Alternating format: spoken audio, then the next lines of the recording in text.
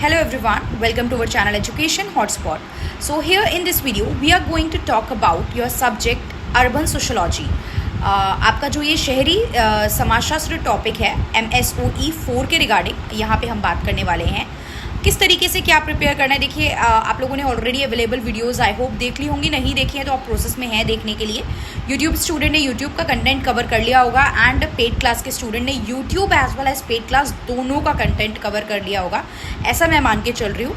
अगर अभी तक नहीं कवर करा है and you are in that process तो आप कमेंट करके ज़रूर बताएंगे कि अभी हम कवर कर रहे हैं, कुछ लेक्चर रिमेनिंग है।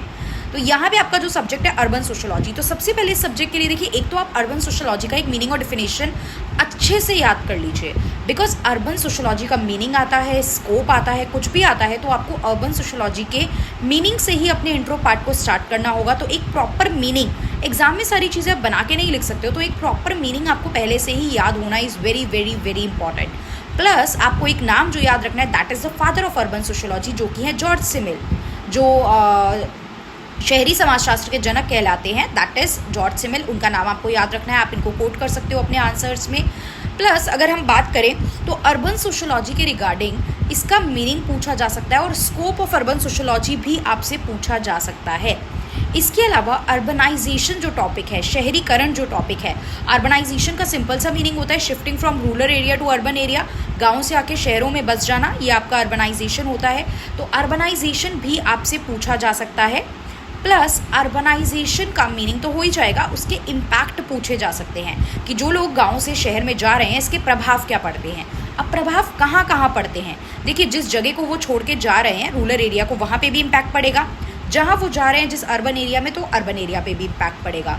तो इम्पैक्ट ऑफ अर्बनाइजेशन और रूरल एरिया भी पूछा जा सकता है and impact on impact of urbanisation और अर्बन एरिया भी पूछा जा सकता है। इसके साथ साथ अर्बनाइजेशन का जो इम्पैक्ट है वो आपका अर्बनाइजेशन का इम्पैक्ट किस तरीके से फैमिली पे पड़ता है, मैरिज पे पड़ता है, किनशिप पे पड़ता है, ये भी आपको देखना है। मतलब वो सेपरेटली अलग अलग तरीके से कोई भी क्वेश्चन पूछ सकता है इम्पैक्ट को लेके। फैमिली जैसे कि आप देखते हो जॉइंट से न्यूक्लियर फैमिली होने लगी है, मैरिज के पैटर्न्स में चेंज आ गया है, रूल्स में चेंज आ गया है, तो ये सब जो भी चीज़ें हैं ये आपका ड्यू टू द अर्बनाइजेशन है। अब आपको पता है अगर ये आएगा तो आपको कितना, मतलब इस तरीके का क्वेश्चन आएगा तो आपको आंसर जो है वो 500 वर्ड लिमिट में करना होता है, बिकॉज 20 मार्क्स का क्वेश्चन आपका एग्जाम में आता है। तो वो वर्ड लिमिट कैसे अचीव करनी है उसके लिए कुछ ना कुछ हेडिंग्स और पॉइंटर्स पहले से आपके माइंड में होने चाहिए। Plus what is the difference between the rural area and the urban area, ये मैं ऑलरेडी आपको करा चुकी हूँ। अब अर्बन एरिया की हम जब बात करते हैं तो हम देखते हैं कि शहरों में लोग जो होते हैं ना वो फॉर्मल सेक्टर में ज़्यादा काम करते हैं, लोग फॉर्मली ज़्यादा इंगेज होते हैं। Informal sector, although informal sector भी हैं, I am not saying formal sector है, फॉर्मल इनफॉर्मल दोनों देखने को मिलते हैं। तो वो फॉर्मल इनफॉर्मल सेक्टर क्या होता है, वो फॉर्मल इनफॉर्मल सेक्टर में क्या डिफरेंस है, उनके फीचर्स क्या हैं, उनके फ़ायदे क्या हैं, उनके नुकसान क्या है, ये पूरा पार्ट आपको करना है। फॉर्मल ऑर्गेनाइजेशन कह लीजिए, सेक्टर कह लीजिए, तो फॉर्मल इनफॉर्मल वाला पूरा पार्ट आपको करना है। प्लस जब अर्बनाइजेशन हो रहा है, लोग शहरों में ज़्यादा आ रहे हैं, तो शहरों के कुछ अपने इशूज़ भी हैं। There are some issues that is related to the urban area.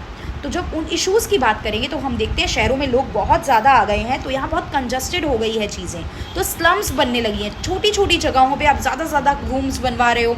Slum के कुछ फीचर्स भी होते हैं जो आपको पढ़ने हैं। स्लम्स में बहुत सारे रूम्स हैं, कॉमन वॉशरूम होता है, रूम में अटैच वॉशरूम नहीं होता है स्लम्स में, राइट। तो ये स्लम्स के और भी बहुत सारे फीचर्स हैं, बट अर्बन इशू में एक स्लम का टॉपिक आप अच्छे से करेंगे।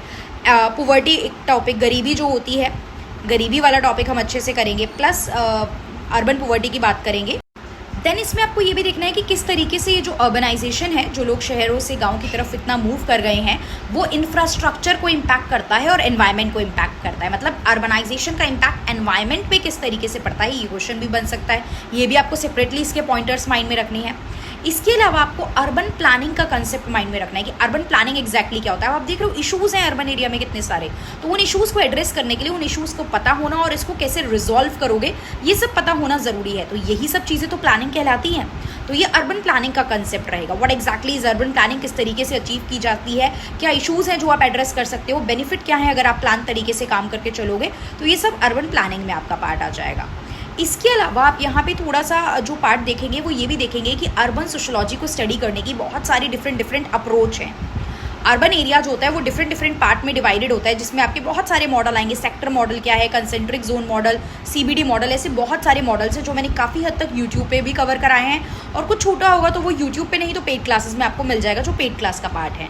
सो एक बार प्लीज़ मुझे बताएंगे कि आपने वो सारे मॉडल देख लिए हैं। किसी स्टूडेंट को किसी भी मॉडल में कोई डाउट है, अगर डाउट है तो आप नाम मुझे बताएंगे। I will try to create a video, मैं उस पर दोबारा से वीडियो बनाने की कोशिश करूँगी ताकि मैं वो दोबारा से आपको टॉपिक बहुत बेहतर तरीके से समझा सकूँ। देन हमें देखना है कि अर्बनाइजेशन जो हम बात कर रहे हैं, अर्बनाइजेशन के पैटर्न्स क्या क्या हैं, किस किस तरीके से लोग जो हैं यहाँ पे आपके मूव कर रहे हैं, शिफ्ट कर रहे हैं। अर्बनाइजेशन का पैटर्न आपको देखना है। टाइप्स ऑफ सिटीज़ देखना है, that is very very very very very important topic. Type of city multiple time exam में आ सकता है। इसके अलावा आप देखेंगे ancient city, medieval city, modern city, ये क्या होती हैं, over the period of time किस तरीके से चेंज हुए हैं। कुछ एग्जाम्पल आप माइंड में रखिए, जैसे कि सीधा सीधा कई बार कुछ सिटी के नाम से क्वेश्चन आया हुआ है, उज्जैन सिटी को लेके क्वेश्चन आया हुआ है। इस तरीके से कुछ 2-4 सिटीज़ ऐसी हैं जिनके नाम से डायरेक्टली आपको क्वेश्चन दे रहा है और वो इसी पर्टिकुलर यूनिट में से है। इसके बाद इसमें कैटेगराइज किया हुआ है कि एडमिनिस्ट्रेटिव टाउन कौन से होते हैं, इंडस्ट्रियल टाउन कौन से होते हैं, पिलग्रिमेज टाउन कौन से होते हैं। तो ऑब्वियस बात है जहाँ पे ये सब चीज़ें ज़्यादा देखने को मिलती हैं वो मतलब एडमिनिस्ट्रेशन वाला, मैनेजमेंट वाला काम जहाँ ज़्यादा है, जहाँ पे इंडस्ट्री ज़्यादा है वो इंडस्ट्रियल टाउन है, जहाँ पे tourism with respect to the bhakti वगैरह वाला पार्ट ज़्यादा है वो पिलग्रिमेज वाले पार्ट में आते हैं। जैसे अगर हम बात करें वाराणसी, तो ये तो पूरे वर्ल्ड का, विश्व का सबसे पुरानी सिटी जो है ये मानी जाती है। वाराणसी जो है वो तब से एग्जिस्ट कर रही है। तो ये सब पार्ट भी आपको यहाँ पे प्रॉपर डिटेल में कवर करके चलने हैं।